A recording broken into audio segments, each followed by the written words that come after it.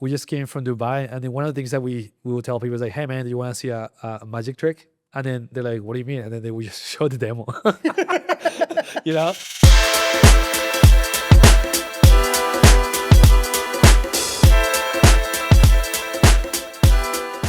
Are you from Panama originally? No, No. I was born in Colombia. Okay. Why'd you come to Panama? It's a long story. I moved to first to the US and Canada, and then I lived in Canada for like 10 years. And I decided I was done with my taxes, paying high taxes in Canada, and I wanted to move to a more fair like tax regime. So I decided to move to Panama and do entrepreneurship here or in Latin America. Yeah. What's your business? Well, I have two. One of them is Verifik. We facilitate companies to do KYC on their end users. KYC? Yeah, like know your customer. Okay. So like when you go into a website and then you start, you know when you go into a website and they ask you to provide an ID on like your name and maybe biometrics, we do that. So we help companies that usually facilitate financial services online, and they need to make sure that the end user is a real user, not a bot. So we help that with a few companies in Latin America. Through which methodology? So, well, like one of our services that we provide is database screening or like data intelligence. So we connect different companies to government open databases. So Colombia is one of the most open countries when it comes to databases. We have they have like 50 databases. So let's say you're hiring someone, right? And then you want to do a background check. Instead of asking that person to go and pay for a background check, you can just get their national ID number and do a background check on your own. So they have databases open in Colombia where you can just retrieve all this information. But when you do, when you do it manually, it's fine if you're just a consumer that you just do like one query. But if you're a company and you need to do like 1,000 queries, like I don't know, maybe every X amount of hours, then you need an API that's dedicated to do that. So that's what we do. We do our main service to provide data intelligence, which is government owned, and we provide an API to different companies. That's interesting. We had this guy on the podcast, and he does a money factoring company from the US to Latin America. Okay.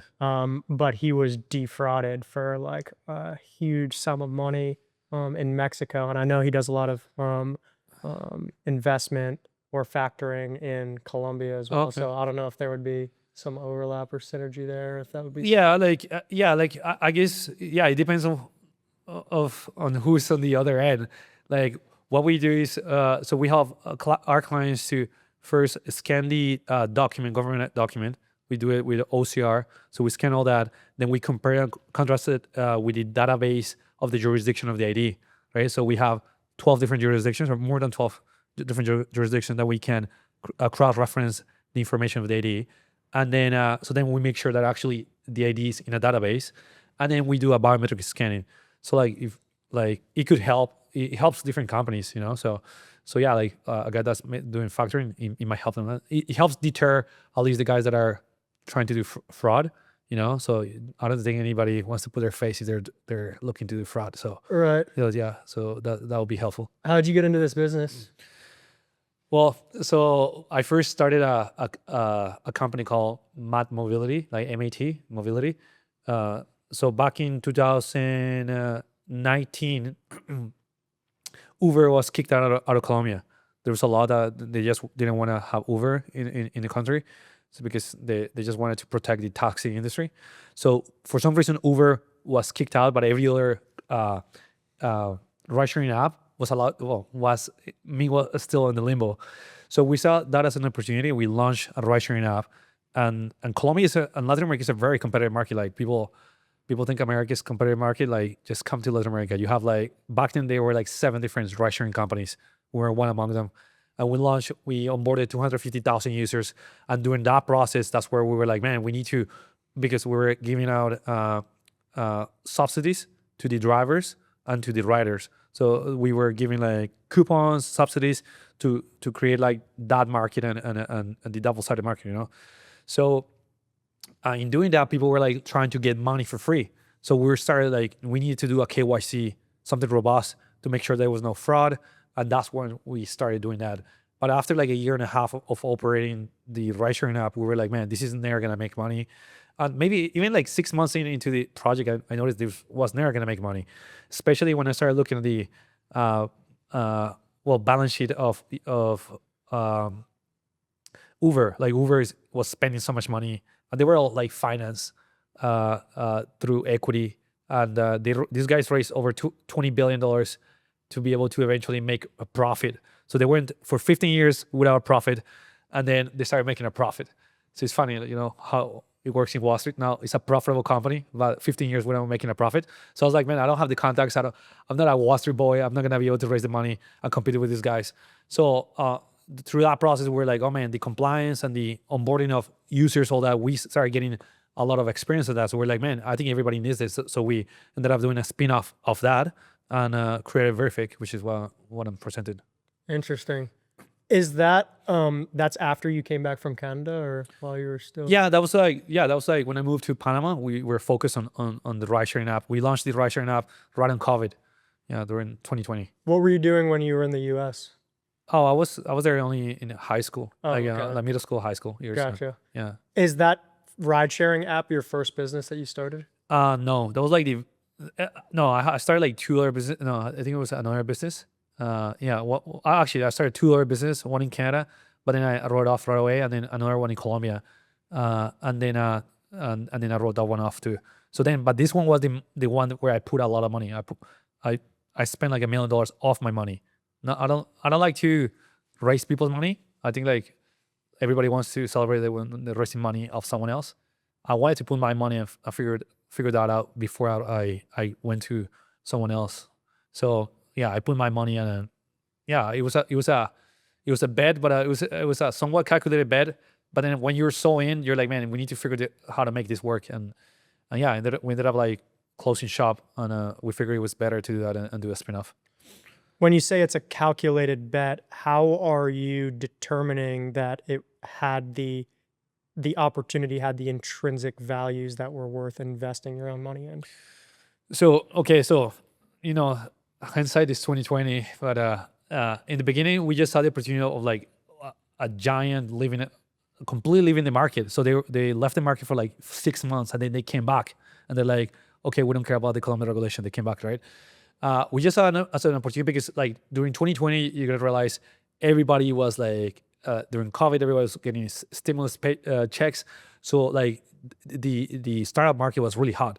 So we're like, man, we need to let's grow this up, and then let's try to sell it, And that was like our idea, but like we figured when it came to raising money, it wasn't as easy as we thought it was gonna be, and that's why I was like financing the whole thing. So I guess like we were looking to do like, we wanted to grow the company as much as we can, but we realized it was more expensive than we initially realized, and that's probably what I miscalculated. For example, we were spending $8,000, roughly speaking, on APIs from Google Maps just to figure out where the car is. So we were like, man, this is like a lot of money. And then we started like trying to scale down on the cost associated with it. So there were like so many costs on the back end that we were not realizing. So when I guess like we thought we were calculated, but then after 6 months we're like, man, no, this is not gonna go anywhere. I'll already just like cut my losses. And I came from the world of trading, so it's like I made money in trading. So I was like, man, we need to cut this off. I don't want to take more losses on it. And then just, I guess like it was more calculated after 6 months, after realizing the intrinsic cost of operating this. And we're like, man, let's cut it off. Interesting. Yeah. What do you see, like, how do you see Panama as an emerging market for startups? Like, where do the opportunities lie within Panama, do you think? Okay, pues, well, like Panama is an interesting place, but I think it lacks something that it will make it a first tier country to operate, and it's the fact that this is a tax regime where they only tax you on the money that you make here, right? So technically, if you make money outside of Panama, it's all tax free. what actually I believe, like when I moved to Panama, I was like, man, it just makes sense. It's like, okay, if I sell goods and services outside of Panama and I bring all the money, it's gonna be tax free and all that. And I was like, okay, but when you come here and then you try to get a payment system integrated, then you realize that Panama is in a disadvantage actually. So what's lacking here is a Stripe like system, payment gateway, and nobody has that. And I talked to banks, like there's 90 something banks here, and these people haven't figured out that if all of them were gonna congregate and figure out how to build a Stripe payment system, they can just compete with America. Like I had to register my companies in America and charging dollars over there. When I initially moved to Panama, I wanted to do it here, but I couldn't figure it out. I couldn't get a gateway system to do the same things that Stripe will do. So I, after like a year and a half, I was like, man, this is actually not what I thought it was. The Panama government figured out everything when it comes to law, and then but the free market haven't figured out to bring a Stripe payment system like and incorporate it here. So it's funny because in most of the cases you run into the case that the free market has figured out before the government figured out here before the free market system. And I don't know why the banks haven't done a Stripe competitor here, because it's the perfect place just to sell your goods and services and just bring all the money here. So I guess it's in a disadvantage in the architectural way on the fintech side of things. But it has an advantage in the sense of that if you want to do something offshore, you're in the same time frame as the US almost. You're in the center of the Americas, so there's a lot of expats here, so you can like make contacts and like try to do something. But I operate my companies outside of Panama. I don't hire people in Panama. Everything I operate is in Colombia, and because it's a bigger market as well. And I figure like Panama is very focused on banking and like the Panama Canal. Like there's not many. It has a few ponies, with only a few tricks. In Colombia is more diverse. So like I operate my companies from Colombia, and then I give services to everyone in Latin America. But I have also an American registered company. So when I charge with US dollars, I charge from the US, and then everything else from Colombia. So when you say you operated from Colombia, that's where your personnel is? Yeah, my company is, I have registered companies in Panama, in Colombia and US. Is that because the education is better there? Well, actually, yeah, I think you get a better bang for your buck when it comes to hiring. You're a little biased though, right? Well, I've done my due diligence, so I guess so. Yeah, but I rare like you bang for, yeah, you're gonna get better talent in Colombia. Like just the numbers, man. Like I don't know, like Colombia has like 50 million people, and you have like I had the experience of like losing really good talent, and I'm like, man, and I was like trying to sell them into the idea. Okay, I'll raise you. I'll give you, how much do you want? And then they leave, and then I'm like, I put an opening, a hiring opening for this person, and then I just get like way more talented people right away. So there's a lot of talent in Colombia. So yeah, like I don't think it's very hard for Panama to compete with Colombia when it comes to talent. Just because it's numbers, man. And yeah. Why is it so difficult to raise money here in Panama? Well, it's because, man, most people that have invested money here in Panama, they invest money on real estate. So they don't know anything any better, or they just put their money into a CDC, it's called in the US, like a bank deposit, and they just get a return. So people is either like they put money in real estate and banking, and they don't know anything better. So like that's what like I guess is a population that has a bias towards a certain type of investment. So if you try to get them to invest in something else, they're gonna be a little bit worried about their investment. I think it's just lack of education on yeah. Do you think there's a good case to make for investment from the US to Panama? Well, I guess if I'm in sales, I can make a case for anything, man. I don't know, like it depends. Like yeah, like it depends on investors. Like you can, I don't know. Like it depends. Like I don't have, information is decentralized, right? So like that's what is the beauty of it. Like I just came from Dubai, and we have a business, and we did a cryptography breakthrough, And we talked to this cryptographer, and the guy thought it was impossible. And we just showed him a demo, and the guy's blown away, right? So he thought he had the best team in the world, and that if he couldn't figure it out, nobody will figure it out. Man, information is decentralized. So like, I don't. It's hard for me to say no. Like no, there's not a case for investment. Obviously, there's not a case for investment in Panama, in any nation. It just depends who has the information, right? And if you find like that type of opportunity.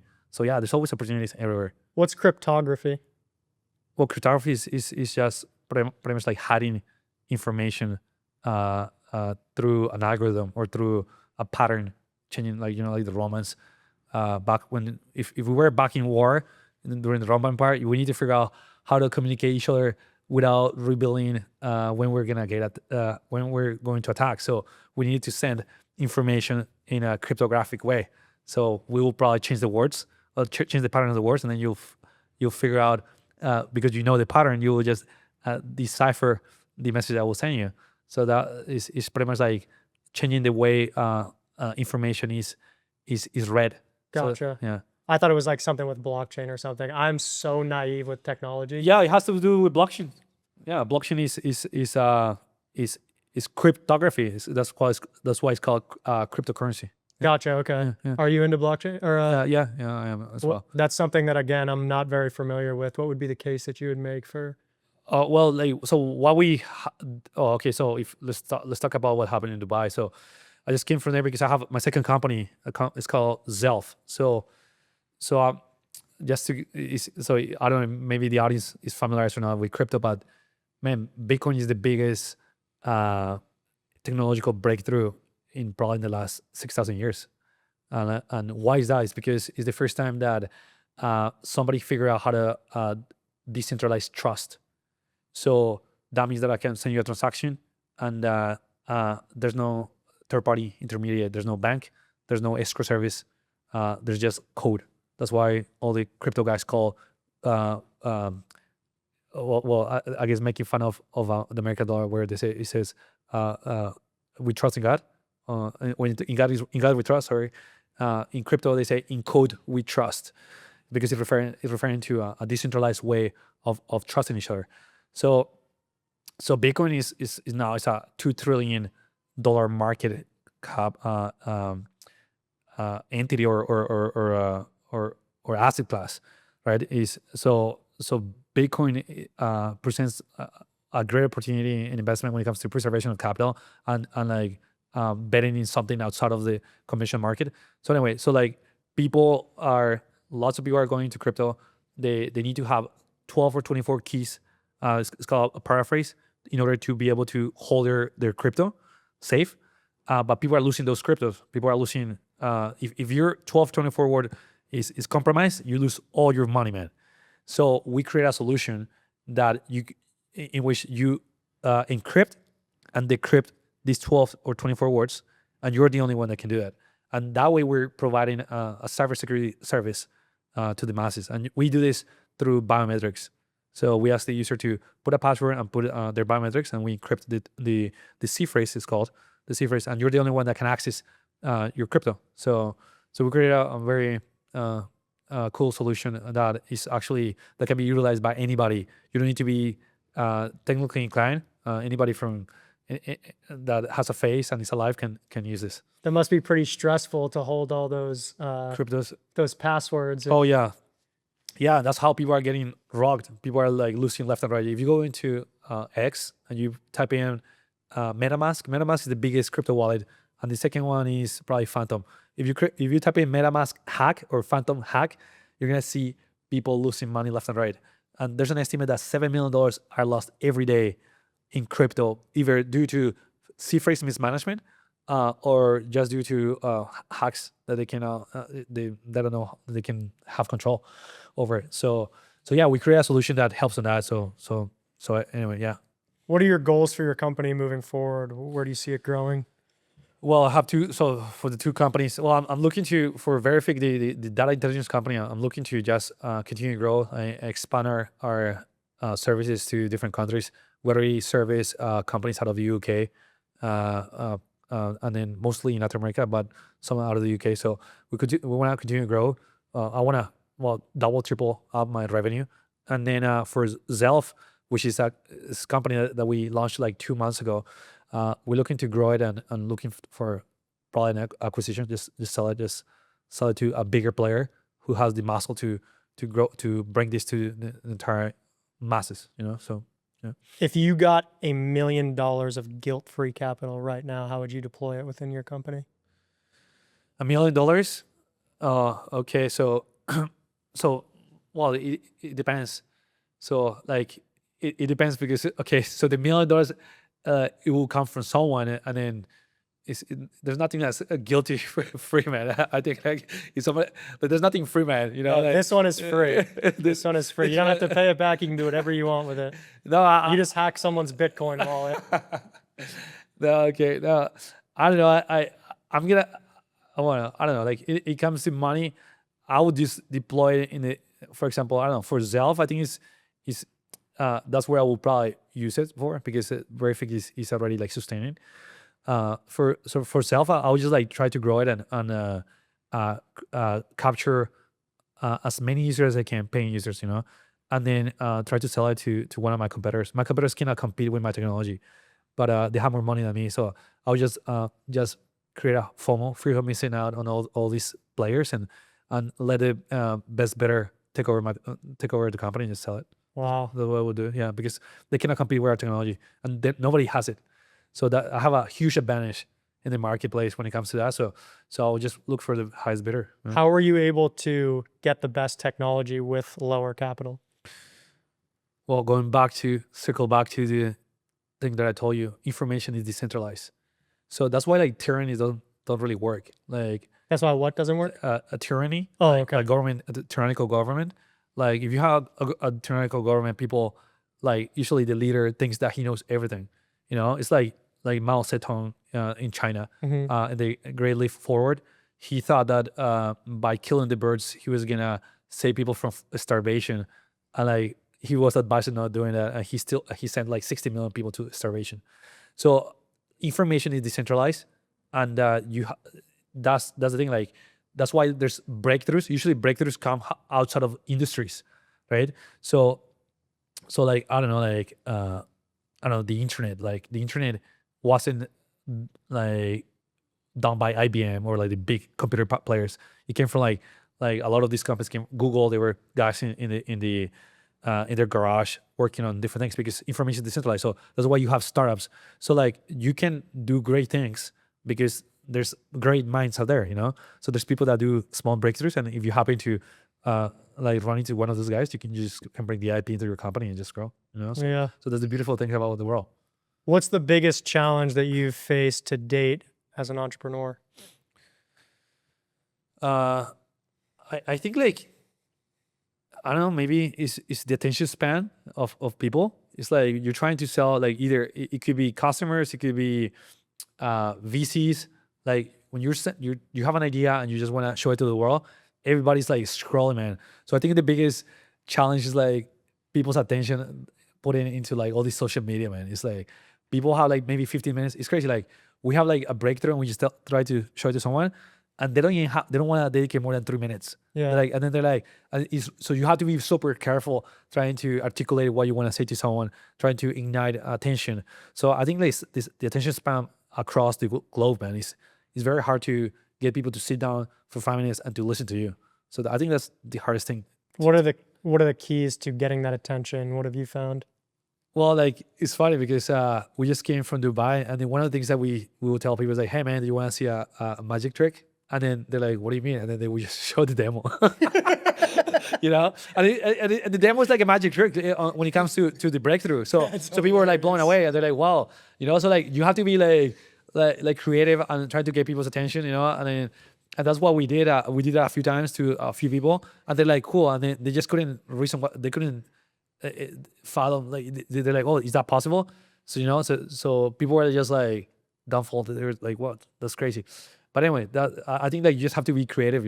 It's just that's what everybody's doing now on market. They just put like something, I don't know, something falling, and then after that, it's like there's a commercial. Like they have like all these tricks to get people's attention. So that's what you have to do, man. What's the single biggest piece of advice that you would give to entrepreneurs that you've learned through your journey? Well, single piece of advice that I've learned. I don't know, like in my personal life, I think like entrepreneurship is it's not about the money. It's not about like the success, or I think it's a journey. It's a personal journey. Like everybody goes through. Everybody wants to be successful in life, but everybody has like a different uh, path to get there. You know, and I think like we have like as an entrepreneur, you have to first figure out is that my calling. You know, like it used to be the case. Like now everybody speaks about, oh, what's your career? You know, what do you do for a living? But it used to be the case back in the day, or 60 years ago, that people didn't use that terminology. Uh, People will say vocation. What's your vocation, right? And vocation comes from the idea of a calling. So people will say, okay, my vocation is this because I had a calling on this and that. So I think like what people need to realize, like, and ask themselves, is this actually my vocation? Is this a calling that I have? Like, is entrepreneurship something that I want to do? And it was the case for me. I wanted to do it, and because I was in the world trading, but it wasn't as I guess I wasn't emotionally driven in trading. It's pretty monotonous. It's like you make money or you sell and whatever. I wanted to do something more creative. So I think you need to find out if entrepreneurship is your calling, and if it's your calling, then figure out what you need to change in your personal life to be able to be successful. And it could be many things. It could be your character. You need to listen to customers, listen to VCs. You need to like subjugate or die to your ego, because everybody's ego is on the way to success. I think that's one of the things that you need to do is identify how big is your ego and reduce it, and learn to listen to people's opinions and suggestions. When you analyze yourself, what do you see as your biggest limitation to your own growth? Personal limitation. Personal limitation to my own growth. Oh man, like I know this is a mouthful to answer there. I think like one of the things that I know, like I can tell you probably what I have learned throughout my last 2 years, and one of the things is that I learned to listen more to even my family members. So that's maybe people that are close by and they care about you. Sometimes they have better insight of what to do at certain periods in your life, even though they're not involved. They care about you. So I think like one of the things that I learned is to listen to the people around you that really care for you, because they might give you really good insights on what to take, what decisions to do in certain periods of your life. So that's what I learned. So I think that's something that I keep in present every day. Yeah, that's really good advice. That's we get a lot of overlap in the answers on that question, and that's a unique answer that we haven't got before, but it makes a lot of sense. It's very valuable advice. Yeah. If people are interested in your services or want to connect with you, where can they find you? Okay, well, there's two places where you guys can go to. Verifik, that's called verifik.co. That's for the data intelligence company, and then the crypto company, which is a self custody wallet, is Zelf, like is Dutch for self, is ZELF.world, and yeah, you guys can find me there, or you can find me on my email, johan@zelf.world. You guys can send me an email there and find me anytime. Fantastic, and we'll link everything below. But yeah, no, it's been very valuable insights, and I appreciate you coming on. Okay, thanks for the invite. Okay. Sure. Okay. Great job.